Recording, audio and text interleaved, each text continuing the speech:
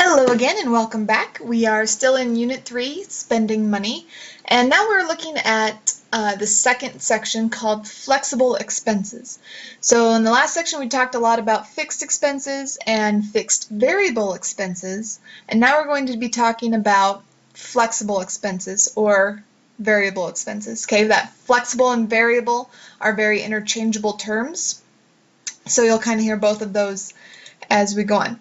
So again, with flexible or variable expenses, they are costs that change from month to month or costs that could be eliminated completely. So when we're setting up our budget and we're looking at all of our expenses and we decide that we need to cut back in some places, this is those places that we could cut back in. Again, it's that dining out, entertainment, clothing, the money going towards those expenses are the ones that we can usually dial back on in order to save money. But everybody's budget's going to be different, so it's up to you to make informed choices about spending based on income, debt, and using savings. So you need to decide if it's something that you need to go into debt for, like in finance or buy on credit, or if it's something that you've been saving up for and you plan to use your savings for that item. Okay, so when we're using savings, when you're building savings, you really need to be disciplined. So any cash that you receive, you should automatically tell yourself that a certain percentage is going to go towards a savings or an investment account. So a lot of people do 10 to 20%, even if it's birthday money, if it's a paycheck, whatever money that you receive, you're always putting a portion of it away into savings. That's the best plan for saving money. It's considered paying yourself first. So instead of paying your expenses and spending money on clothes and dining out, you need to pay yourself first into that savings account to get that money saved up. So then gradually these small sums of money will turn into big amounts and help you for those really important purchases in the future. So you can use the savings for college or maybe a car, a video game system, whatever it is you're saving for. Again, it's up to you. So whatever your budget calls for you to save. Some savings tips: you could put some loose change in a jar and then deposit that at the end of the month. Actually, let me go back. So if you do it that way, you take it into the bank. A lot of banks have those coin machines where it'll like count exactly how much money you have, and then can just deposit that directly into your savings account. Okay, so which of the following items would you save for? Would you go without, or would you finance? Buying a car, is that something you would want to save up for? Something that you might finance, so take out a loan to buy? Or could you go without? Paying for college, same thing. Or an outfit for prom. So these are just some examples that your text gave you that I wanted to include. So some of you, and this is going to be different for everybody. Of course, Dave Ramsey and Susie Orman are going to say, you better save up for everything and not go into debt. But if you feel that you can handle that responsibility of credit and you can save up a good down payment for a car and then finance the rest, maybe that's the way you want to do it. Same with college. Maybe you save up for a good chunk of it and take out a loan or student loans for the rest of it. Or for a prom dress. Now I really hope none of you would take out a loan for a prom outfit, dress, tux, whatever it is. And some of you might be willing to just forego prom in order to save that money if that's more important to you. It depends on your values. So just kind of some things to sit back and think about. You know, what's worth saving for? What am I willing to go into some debt for? And so on. Think before you buy. If you're like me, I am very much an impulse purchaser. It's a problem that I've been working on for quite some time.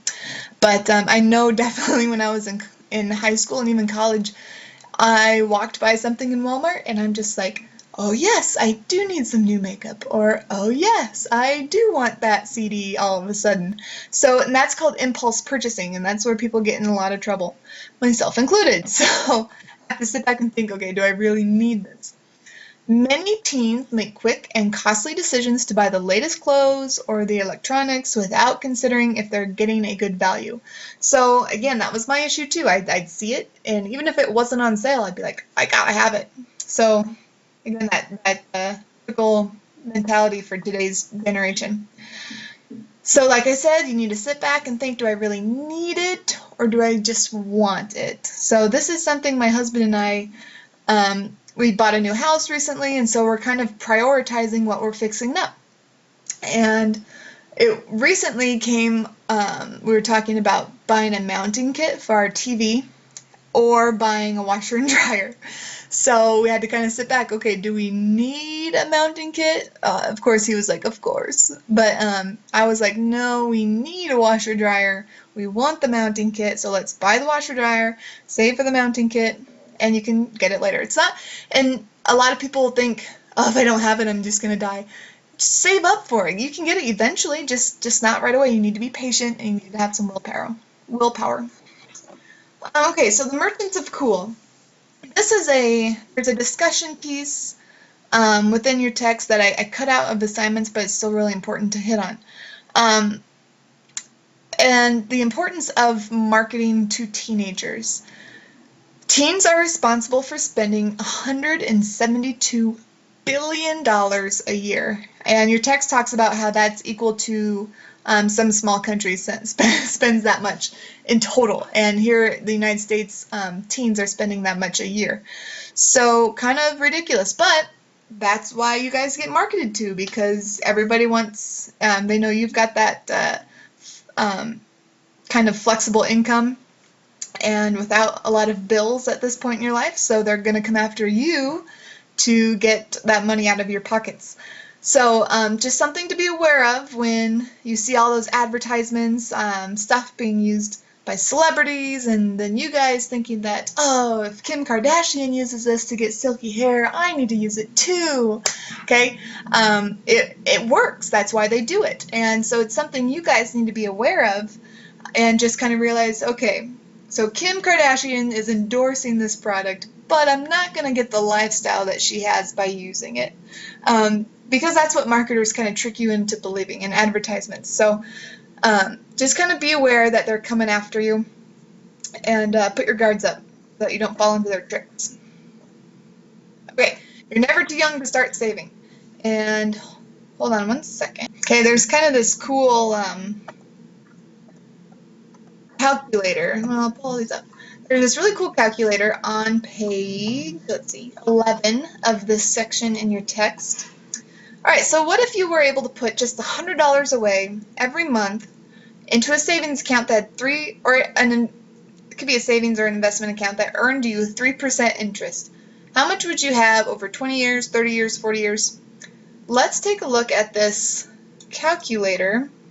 Again, this was in your text. There's a link in your text to this calculator. Okay, so say we didn't have any money for initial deposit. Okay, so we started out with zero. We have a 3% per year interest rate, and we make a $100 deposit per month. How much will that give us in 20 years? Let's find out. It does some calculations, and it shows us that in 20 years, our money will grow to $32,830 if we save $100 every month for 20 years. What's that number going to look like in 30 years? We go from 32,000 in 20 years to 58,000 in 30 years, so almost doubled in 10 years. And 40 years, up to $92,600 in 50 years. So kind of neat to see how much your money will grow just by putting $100 away a month. Doesn't seem like a lot. Seems very doable to me. And that's at a bank account with 3% interest. Or that's probably like an investment account with 3% interest. That's nothing. Like you guys can find, we're going to talk more about mutual funds and other types of investments that can earn you a lot more interest than 3% a year. So get excited about that, but just kind of a little tidbit on what putting some money away and letting it grow can do for you. Okay, so here's your writing assignment for this section. So based on what you learned, you can use an internet search engine to find an article on either using savings, teenagers in marketing, using income, or spending mistakes. You will write a 1.5 to 2-page response to the article, or use Storify and include how the information you learned in this section helped you understand the article choice. So find an article based on one of those topics, read it and respond to it, kind of just share your thoughts on what you thought about the article, what you learned in this unit, how that helped you understand the article better, or specific points, whatever. Okay, this is something new I'm trying. The Storify is something I learned about this summer. In the next video, I'm going to actually kind of do a tutorial on how to use Storify. I hope you guys take advantage of this because this is kind of it's a lot easier and a lot more fun than writing a flat-out 2-page paper. So check out the next video as a tutorial on Storify. It helps with writing your paper, and it helps totally. There's no way you could there's absolutely no way you could plagiarize by using this tool. So check out the next video with a tutorial on Storify. Then after you finish that writing assignment, go ahead and take the Unit 3 exam, and you'll be done with this unit. Make sure to check out that study guide available in Doc Sharing to help you with studying for this exam.